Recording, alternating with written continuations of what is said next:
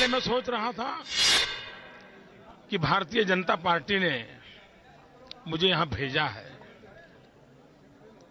फिर लगता है शायद मैं काशी जा रहा हूं, लेकिन आज यहां आने के बाद लगता है कि न मुझे किसी ने भेजा है, न मैं यहां आया हूं, मुझे तो मां गंगा ने बुलाया है।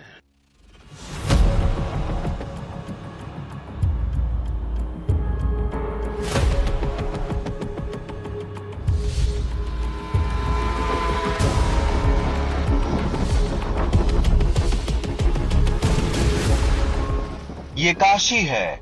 माना जाता है ये दुनिया की सबसे प्राचीनतम नगरी है, बाबा विश्वनाथ की नगरी।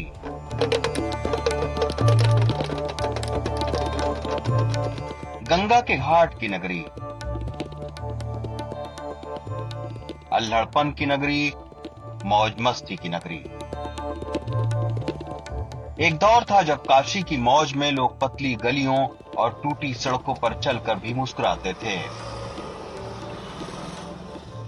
लेकिन आज ये मुस्कान बदलती काशी की वजह से दिखाई दे रही है।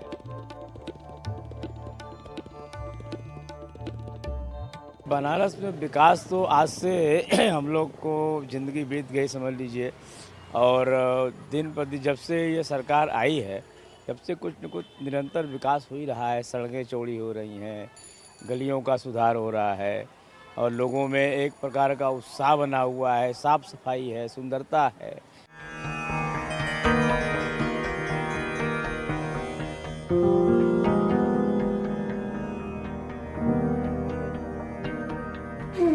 पिछले 10 सालों में वाराणसी ने गंगा से लेकर घाटों और सड़क से लेकर चौराहों पर बदलाव देखा है। गंगा नदी की सफाई के लिए मोदी सरकार ने नमामि गंगे योजना शुरू की। इसमें पूरी तरह सफलता अब तक भले न मिली हो, लेकिन सुधार हर कोई स्वीकार करता है।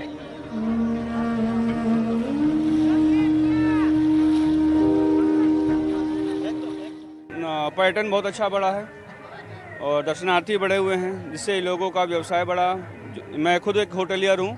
होटल की सारी बुकिंग बहुत अच्छी आ रही हैं, पहले से अच्छे लोग आ गए, यंगस्टर बढ़े हुए हैं। वाराणसी की पहचान यहाँ गंगा घाट से होती है और इसीलिए वाराणसी के 84 घाटों का पहले सौंदर्यीकरण किया गया और अब घाटों का विस्तार किया जा रहा है। पहले रविदास घाट बना और सबसे नया घाट यहाँ वाराणसी में जो है वो है नमो घाट। ये नमो घाट की तस्वीरें हैं जो कि सबसे नया घाट है, और यहाँ पर जिस तरह का आकर्षण इन हाथों से दिखाई देता है, ये हाथ वाराणसी आने वाले हर पर्यटक का स्वागत करते हैं। और आज ये सबसे बड़ा पर्यटन का केंद्र इसलिए बन गया है क्योंकि आज से कुछ साल पहले यहाँ पर मिट्टी के टीले होती थी और गंदगी फेंकी जाती थी, लेकिन आज इस तरह से जो ये निर्माण हुआ है घाट का, यहाँ पर आने वालों की तादाद बहुत बढ़ गई है। और यही घाट है जहाँ पर क्रूज़ भी आती है, और इस घाट पे जो पर्यटक हैं वो आकर के तरह तरह से यहाँ वाराणसी का आनंद लेते हैं। तो एक तरह से यहाँ की पौराणिकता के साथ साथ यहाँ पे आधुनिकता का एक समन्वय बनाने की कोशिश हुई है, और इसी आधुनिकता और पौराणिकता के समन्वय की वजह से जो काशी आने वाले लोग हैं वो आध्यात्म की ओर भी अग्रसर होते हैं, और साथ ही साथ यहाँ जो विकास है उस विकास की वजह से घूमने फिरने भी चले आते हैं। तो ऐसे में वाराणसी का जो आध्यात्मिक महत्व है उसके साथ साथ पर्यटन के लिहाज से भी घाटों का सौंदर्यीकरण एक बड़ी वजह साबित हुई है।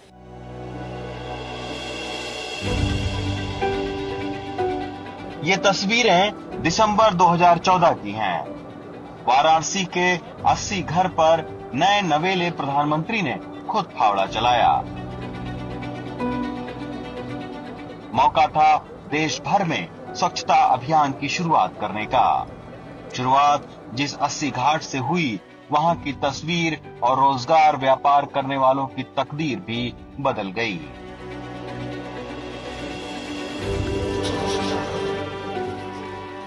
मोदी जी के विकास के कारण ही यहाँ पे बनारस में इतने पर्यटक आ रहे हैं, जिससे यहाँ का जनजीवन, यहाँ का कारोबार, यहाँ के नाव वाले, यहाँ के होटल वाले, यहाँ के रिक्शा ठेला, तो सब किसी का विकास हो रहा है। पहले सारा मिट्टी से ढका हुआ था, यहाँ पे पहले कुछ भी नहीं था, और उनके सफाई के बाद ही सारा कुछ यहाँ पे विकास हुआ, टूरिज्म आए, पर्यटक बढ़ने लगा बहुत ज़्यादा।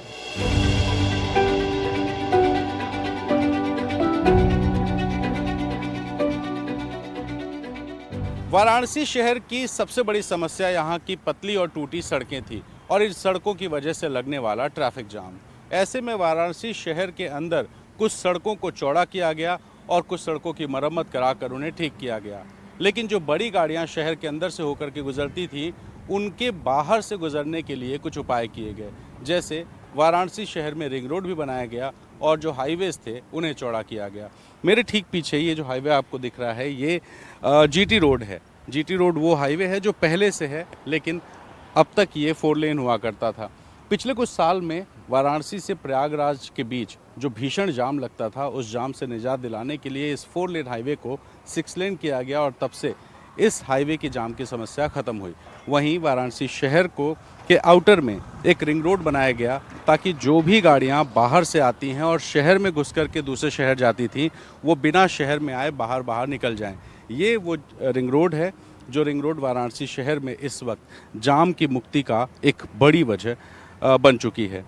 बहुत से ऐसे काम हैं वाराणसी में जो सड़कों को लेकर के हुए हैं और कई ऐसे काम हैं जो प्रोजेक्ट्स अभी चल रहे हैं और अगले कुछ सालों में वो पूरे हो जाएंगे, जिसकी वजह से वाराणसी शहर के अंदर लगने वाला जो जाम है वो भी ख़त्म हो जाएगा। इसकी उम्मीद शहर के लोग करते हैं। देखिए, विकास बहुत तरीके के हुए हैं और बहुत स्तरों पर हुए हैं। कुछ विकास ऐसे हैं जैसे सड़कों का है, इंफ्रास्ट्रक्चर का है, वो विकास आपको दिखाई देता है। पहले की अपेक्षा घाटों पे सफाई व्यवस्था अच्छी हो गई है और जो दुर्घटनाएं होती थीं वो कम हो गई हैं और छोटे मोटे लोगों के रोजगार के अवसर बढ़ गए हैं। जो निचले स्तर के लोग थे, छोटे मोटे काम करते थे, तो ये सब तो काफ़ी बदलाव हुआ है। तो क्या, मैं तो पहली बार आई हूँ, मगर मेरे को बहुत इच्छा थी कि मैं घाट पे बोट राइड करूं और बनारस की जो प्राचीन संस्कृति है उसके बारे में जानूं। तो बहुत ही सुंदर अनुभव हुआ बोट राइड का, गंगा आरती का। बहुत ही it was a mesmerising experience.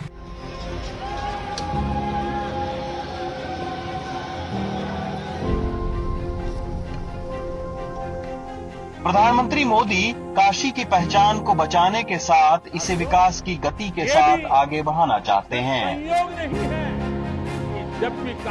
PM ने पर्यटन को बढ़ावा देकर काशी के स्थानीय लोगों के लिए रोजगार के कई बड़े अवसर पैदा कर दिए, जिसका असर आज साफ दिखाई दे रहा है।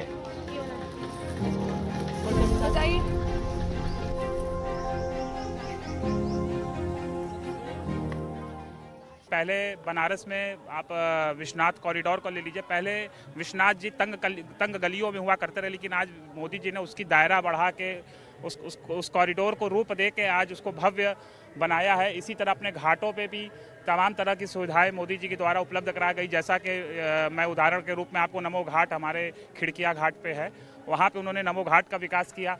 इसी तरह ये तो हो गए अपने, इसी तरह रोड के रूप में भी बनारस से जितने कनेक्टिंग रोड है, बनारस के अंदर की रोडें वो भी काफ़ी समय सुचारू रूप से अच्छे काम कर रहे हैं। बिजनेस तो पहले उतना रोज़गार नहीं था मेरा, तो अभी यहाँ जब से घाट पे आया हूँ थोड़ा सा मेरा बिजनेस चलने लगा है। थोड़ा सा ये अमूल का ही चला रहा हूँ, पानी आनी बेच रहा हूँ, ये सब थोड़ा सा पैसा ही इसी से चल जाता है। मेरा घर द्वार बच्चे सब चल जाते हैं। काशी में पर्यटन रोजगार का बड़ा माध्यम है। इसके अलावा नौकरी के अवसर पैदा करने के लिए उद्योग धंधों में भी काम हुआ है। वाराणसी के करखियाओं में हाल ही में शुरू हुए अमूल के बनास डेयरी ने नए अवसर पैदा किए हैं। हम आज दुनिया के सबसे बड़े दूध उत्पादक देश हैं। भारत के डेयरी सेक्टर में 8 करोड़ लोग सीधे जुड़े हुए हैं। दुनिया में डेयरी सेक्टर सिर्फ 2% की दर से आगे बढ़ रहा है, जबकि भारत में डेयरी सेक्टर 6% की दर से आगे बढ़ रहा है। पूर्वांचल के युवाओं को खेलों में प्रोत्साहन देने के लिए वाराणसी में क्रिकेट स्टेडियम का काम जोर शोर से चल रहा है। शिव की नगरी में बनने वाले इस स्टेडियम का आकार भी शिव से जुड़ा है। इसमें डमरू, त्रिशूल और भोलेनाथ के सिर पर लगे चांद की आकृति स्टेडियम से काशी की पहचान कराएगा। बहुत फर्क है पहले के बनारस में। अगर अब के बनारस में मैं कहूँ तो जैसे बोलते हैं ना कि आप एक पुराना वस्त्र और नया वस्त्र है ना, वैसे ही इसका पूरा नवीनीकरण हो चुका है। लोगों के एटीट्यूड में फ़र्क आया है। एक कैपेबल एडमिनिस्ट्रेशन जब आता है तो सब कुछ है, पॉपुलेशन बढ़ रही है, सिटी का डेवलपमेंट भी हो रहा है, एक्सपैंड भी हो रहा है। घाटी का पुनरुद्धार और विस्तार का काम हुआ। गंगा सफाई के लिए नमामि गंगे योजना चलाई गई। अंतर्राष्ट्रीय कन्वेंशन सेंटर रुद्राक्ष शुरू किया गया। वाराणसी में 140 मिलियन लीटर प्रतिदिन की क्षमता वाला एसटीपी निर्माण हुआ। अब तक कुल 10 एसटीपी बनाए गए हैं। हैंडलूम को बढ़ावा देने के लिए ट्रेड फैसिलिटी सेंटर बनाया गया। बिजली के तारों को अंडरग्राउंड किया गया। वाराणसी से प्रयागराज, गोरखपुर, आजमगढ़ समेत अन्य जिलों को जोड़ने वाले हाईवे का चौड़ीकरण कराया गया। 750 करोड़ से अधिक की लागत से रिंग रोड बना। बीएलडब्ल्यू का 266 करोड़ रुपए की लागत से पुनरुद्धार किया गया। रेल नेटवर्क और रेलवे स्टेशनों का विकास हुआ। रामनगर मार्ग पर गंगा के ऊपर पुल, चौराहों का सुंदरीकरण समेत कई काम हुए, जिसमें काशी की तस्वीर बदल कर रख दी। फिलहाल वाराणसी के घाट, वाराणसी की सड़कें और वाराणसी की गलियां 10 सालों में बदलाव महसूस कर चुकी हैं। काशी ने करवट ली है और एक बार फिर काशी में विकास की बयार बहाने के लिए प्रधानमंत्री नरेंद्र मोदी तीसरी बार चुनाव मैदान में हैं और उनके सामने कांग्रेस की तरफ से तीसरी बार अजय राय प्रत्याशी के तौर पर उतरेंगे। अब सवाल ये कि काशी की जनता क्या तीसरी बार प्रधानमंत्री नरेंद्र मोदी को जिता करके एक रिकॉर्ड बनाएगी या फिर यहाँ की जनता के मन में कुछ और है? जवाब 4 जून को मिलेगा। फिलहाल ग्राउंड रिपोर्ट के तौर पर हम यूपी के तमाम शहरों में जाते रहेंगे और आपको दिखाते रहेंगे कि इस बार चुनाव में लोगों का मूड और मिजाज क्या है। अपने कैमरा पर्सन राजेश गुप्ता के साथ वाराणसी से रणवीर, एनडीटीवी इंडिया के लिए। किसकी नीयत अच्छी है, किसकी नीयत में है खोट, किसकी नीयत अच्छी है, किसकी नीयत में है खोट। एक गलत वोट आपका पहुंचाता है देश को चोट।